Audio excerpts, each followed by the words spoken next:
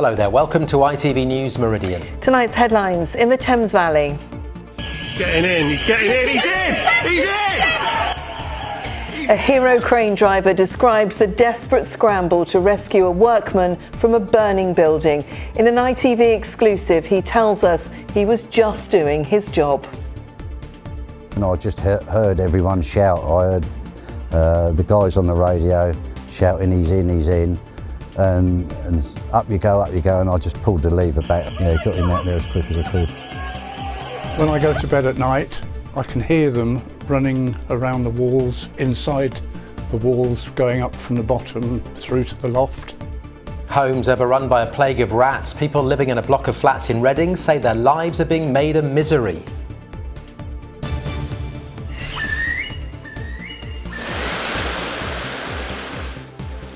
Also tonight, the beauty of nature, but what about the sound? How national parks across our region are playing their part in research. And the ancient dog breed in danger of disappearing altogether. We meet the owner who says she wouldn't be without them.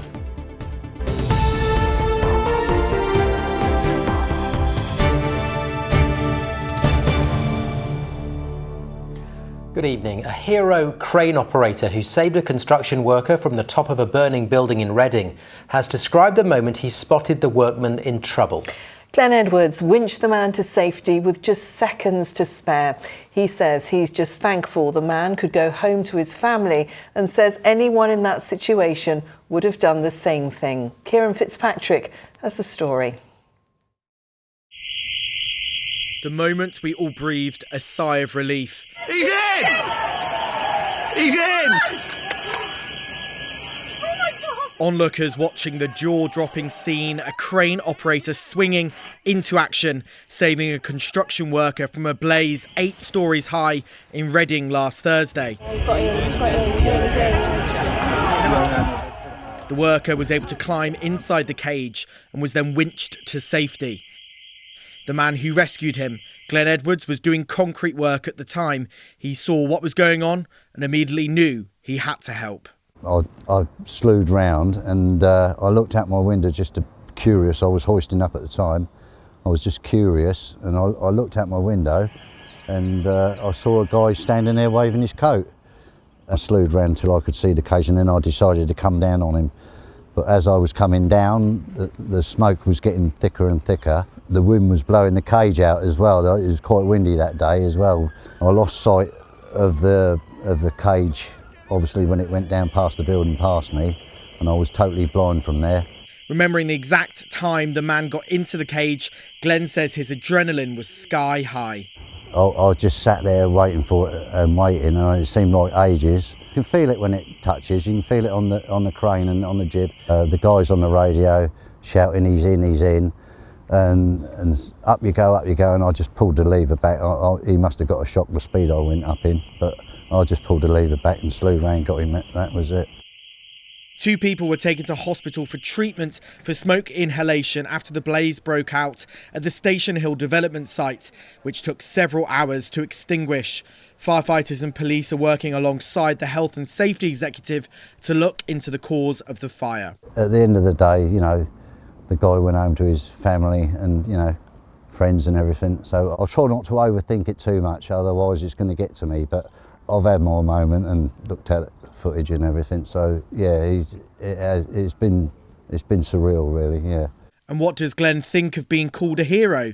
Humbly saying anyone else would have done the same. Just happened to be the crane driver that was in that crane. I'll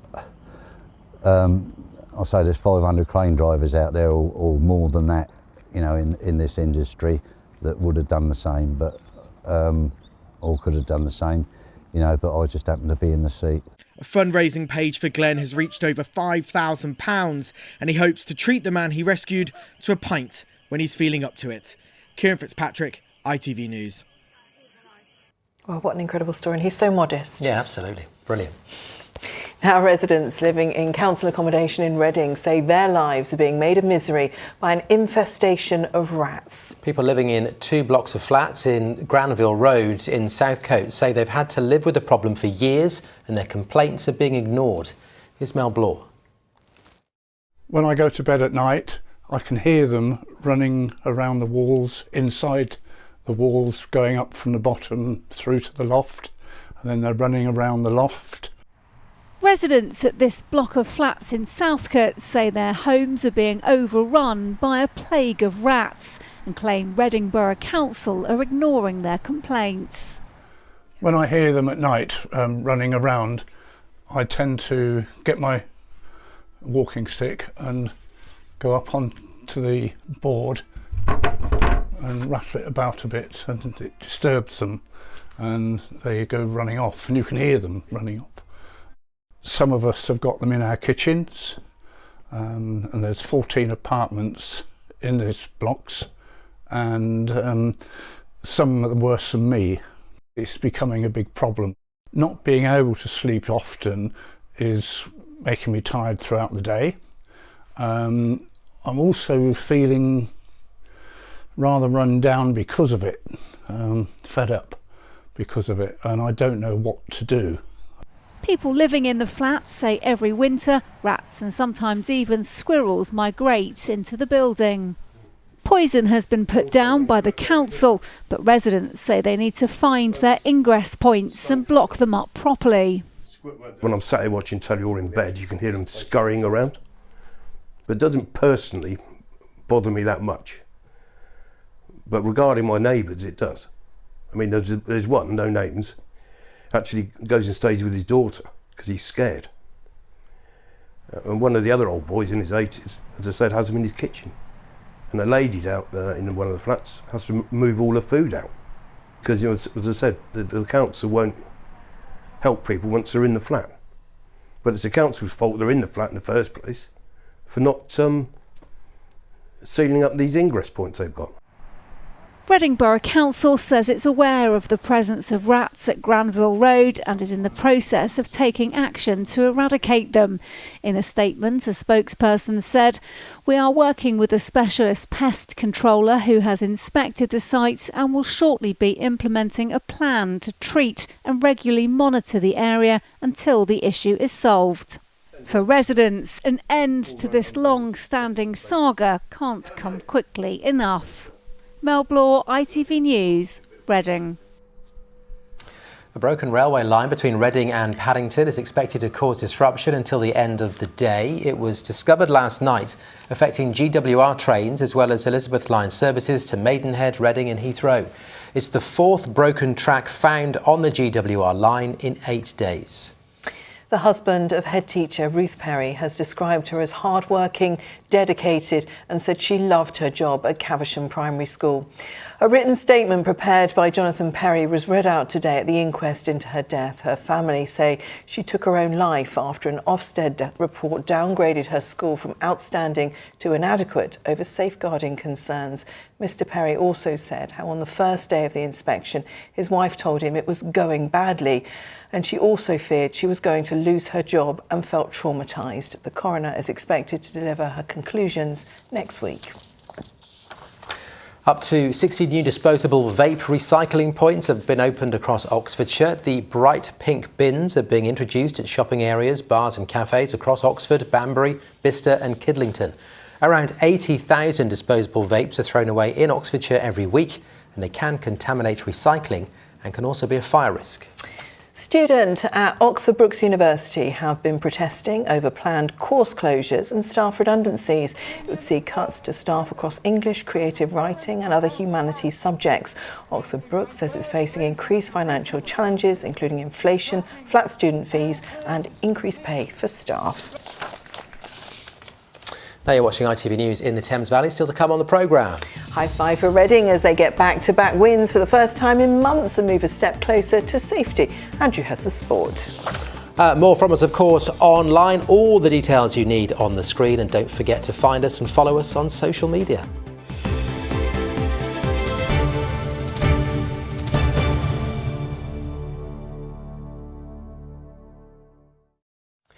Now, there have been calls for tougher restrictions on wood-burning stoves because of concerns about their impact on pollution levels. The government says it's currently working on plans to tighten the rules on how much smoke the burners can emit, with the threat of fines for households that break them.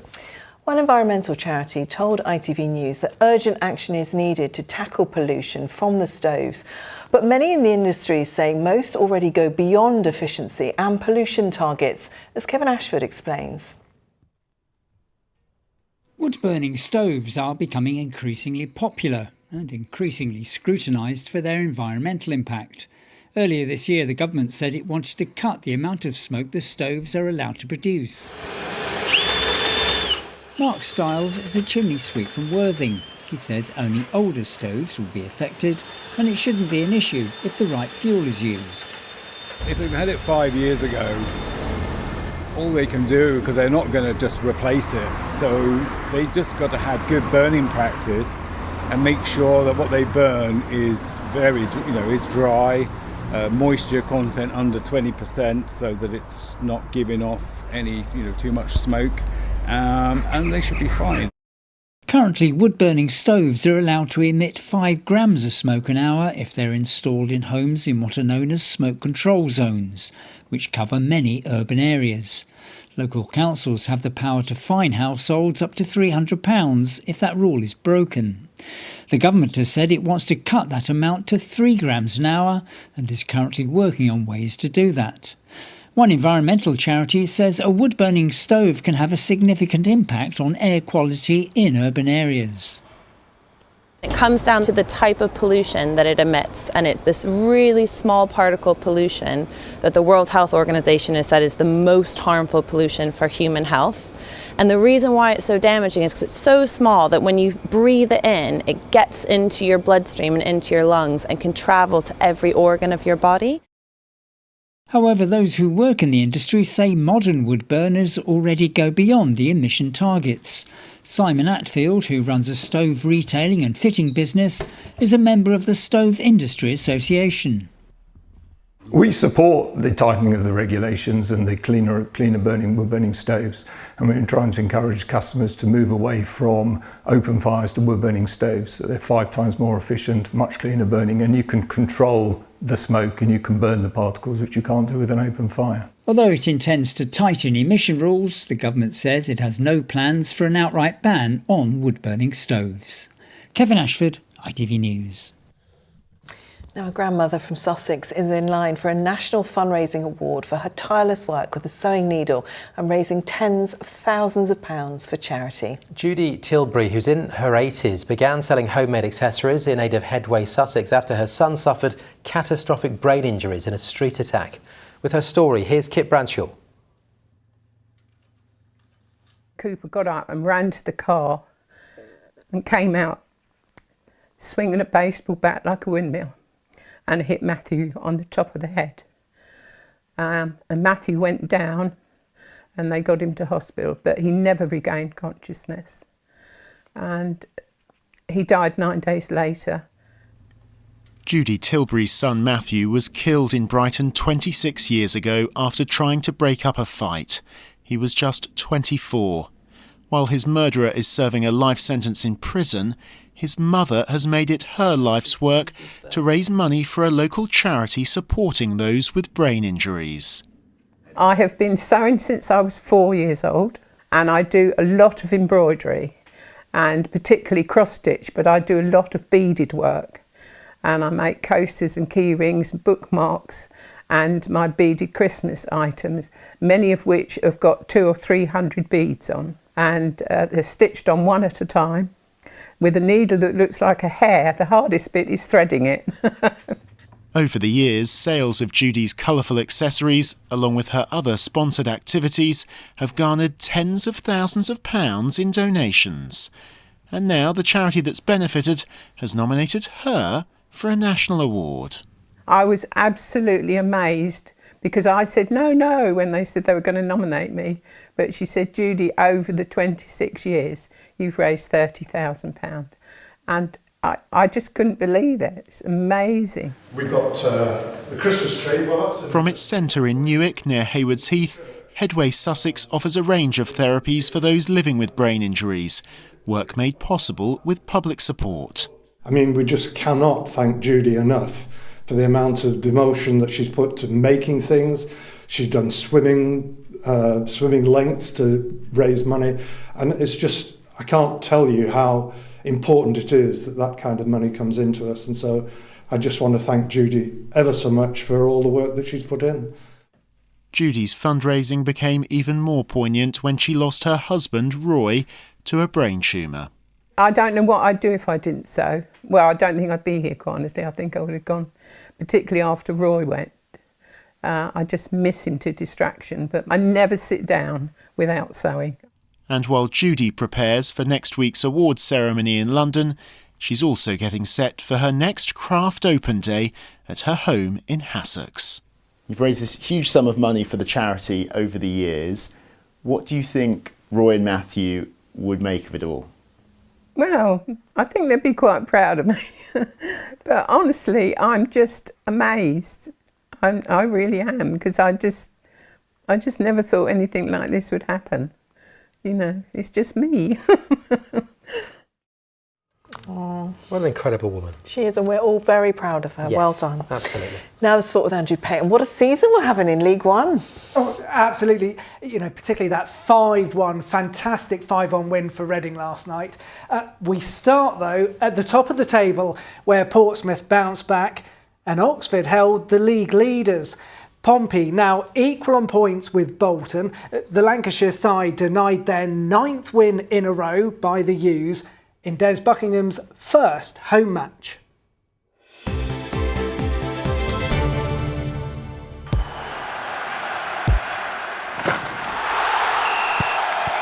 Zero Accounting Software sponsors ITV Regional Sports Report.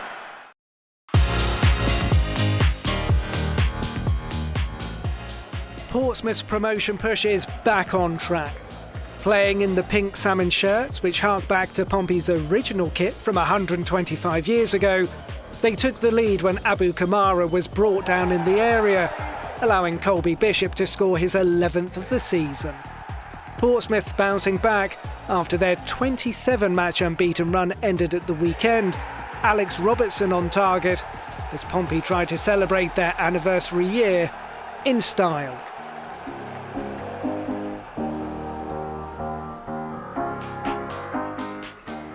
Des Buckingham's Oxford side also bounced back after losing his first match in charge at lowly Cheltenham at the weekend by holding the league leaders. Cameron Brannigan going closest to putting the U's in front. So Bolton recorded their 7th clean sheet in a row, but were denied a 9th consecutive win thanks to a great display from Oxford keeper James Beadle.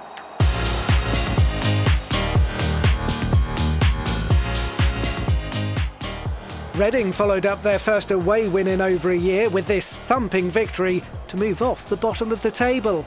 Carlisle's captain helping out with this own goal. The Royals did then concede, but Harvey Nibbs was on hand to score twice. His twinkle toes in the area helping Reading take control and to move within 5 points of safety. Ruben Sellers' men completing the rout with goals from Lewis Wing, and then Femi Aziz to set them up nicely for Saturday's visit of promotion-chasing Barnsley.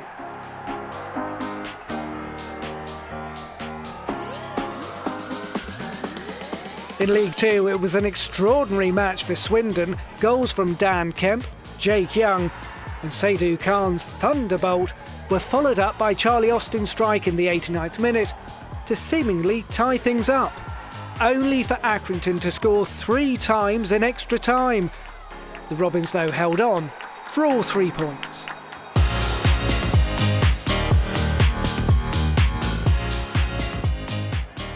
Crawley dropped down to 13th in the table despite taking the lead through a fine strike from Adam Campbell.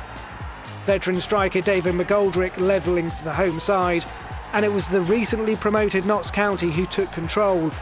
Crawley now without a league match for 10 days.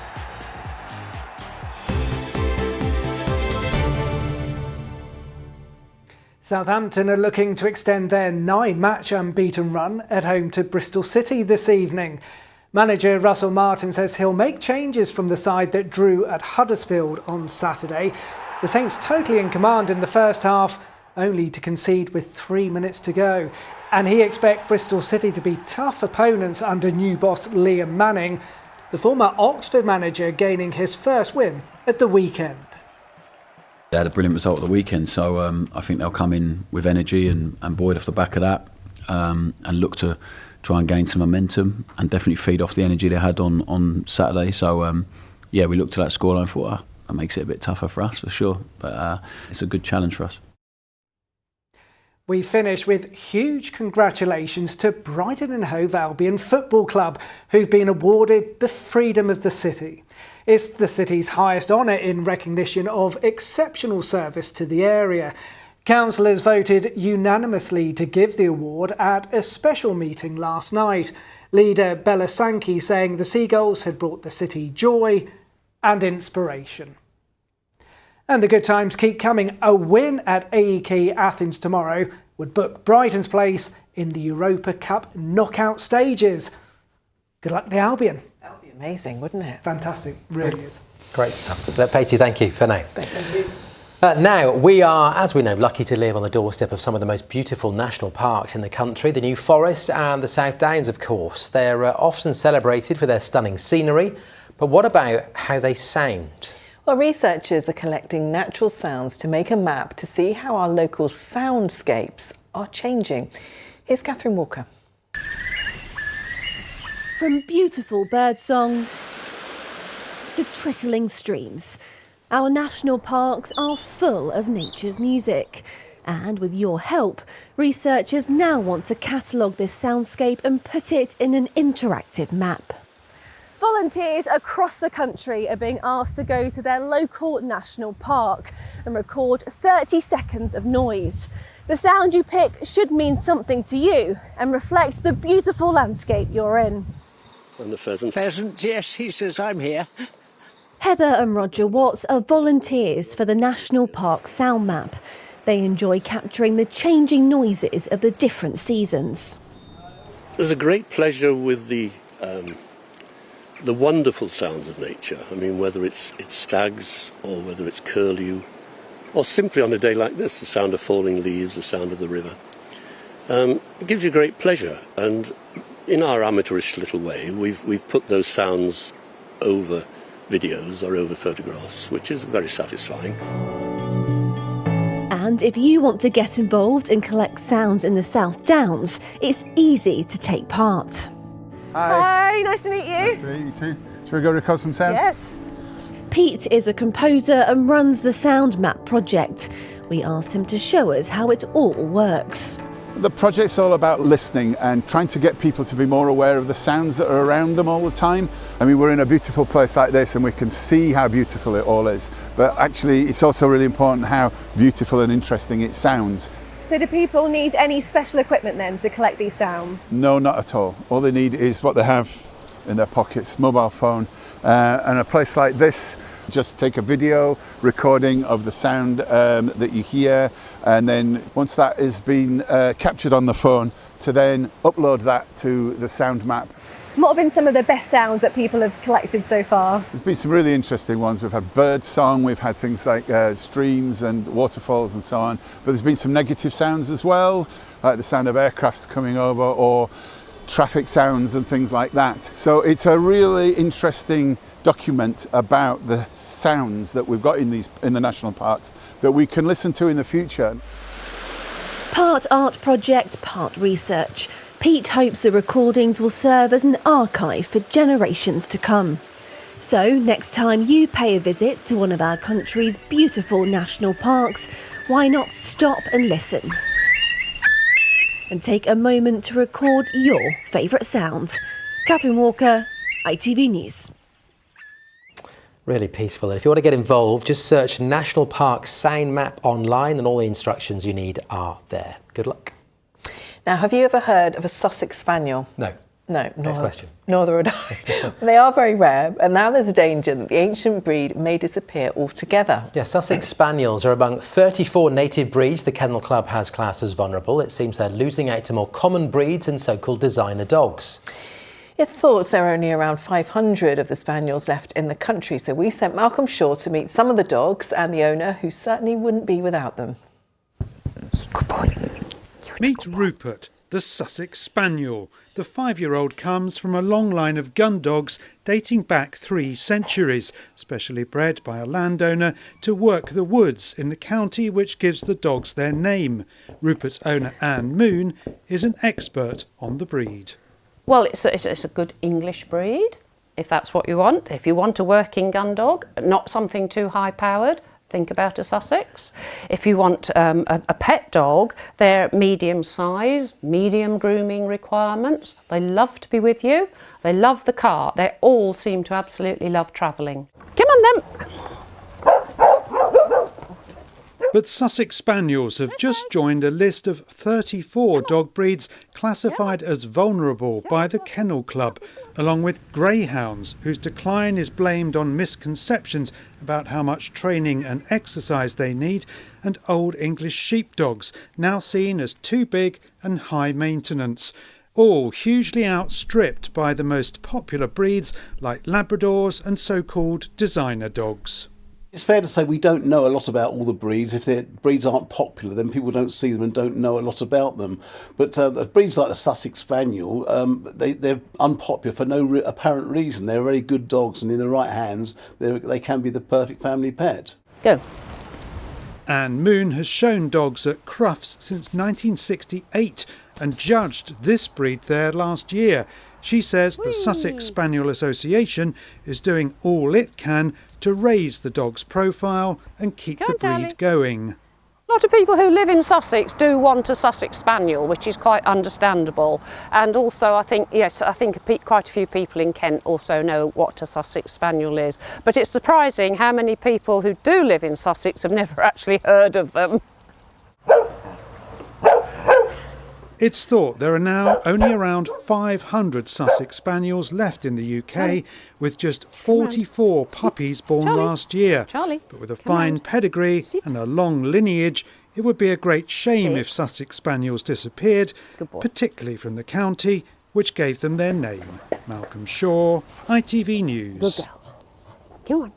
Very cute. Let's get a check on the weather forecast. Here's Amanda Houston.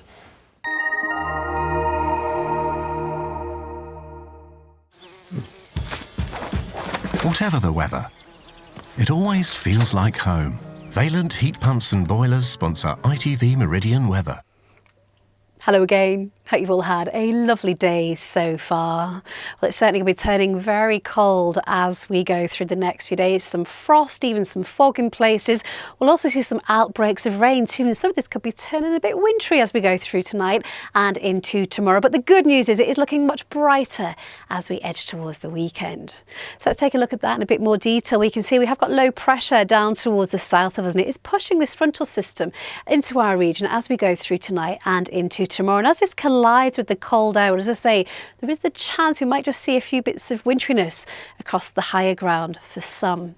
Now, in the meantime, at the moment, it's largely dry out there. We've got those clear skies. It certainly is cold out there, frost, even some freezing fog patches in places. Then you can see overnight, we've got this cloud coming into the south, and that's going to bring some outbreaks of mostly light and patchy rain. But as I mentioned earlier, there is a chance some of that rain could be turning to sleet and snow for a time. Not expecting too much tonight. And in fact, most of it will be falling as rain, but there is the chance, of course, that some of that rain could lead to some icy stretches. So do be prepared for that. Could be a bit of a tricky rush hour tomorrow morning, maybe slippy out there with some frost, perhaps some ice. And you can see there will be some more rain as we go through the morning. Although most of the rain generally light and patchy and mainly across more southern parts. And you can see becoming largely dry as we go through the afternoon, but staying cloudy. The winds will pick up, so it's certainly going to be feeling chilly out there tomorrow. Highs there at best up to around 3 degrees in Swindon, may climb up to 5 degrees at Newport. Do take care. Bye-bye. Valent Heat Pumps and Boilers sponsor ITV Meridian Weather. So no snow yet, just rain at the moment. Certainly and fresh. in just a moment, the ITV Evening News with Gamal from Bulla. That is it from us for this evening. Our late bulletin is back just after 10:30, of course. But for now, thank you very much for watching. Take care. Good night. Bye-bye.